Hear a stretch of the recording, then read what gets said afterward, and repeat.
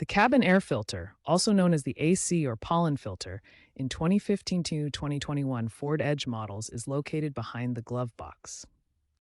Its primary function is to trap dust, pollen, mold, and other airborne contaminants, improving the air quality inside the vehicle.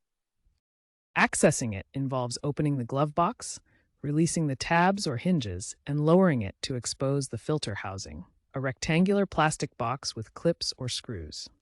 It operates as a barrier in the HVAC system's intake duct, filtering recirculated or fresh air before it enters the cabin. Ford recommends replacement every 15,000 to 30,000 miles or annually to prevent reduced airflow, musty odors, and potential HVAC system strain. Neglecting this can lead to a 20% efficiency loss in the AC system.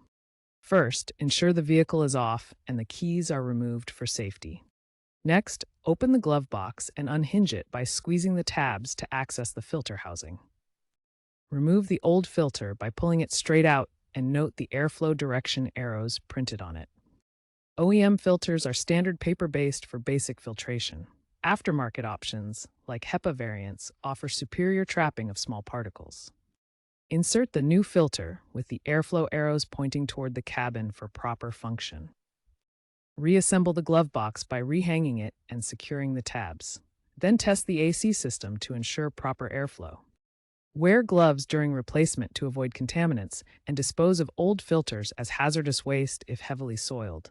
Neglecting replacement can increase allergy risks, strain the blower motor, and raise fuel consumption. Filters cost $10 to $25.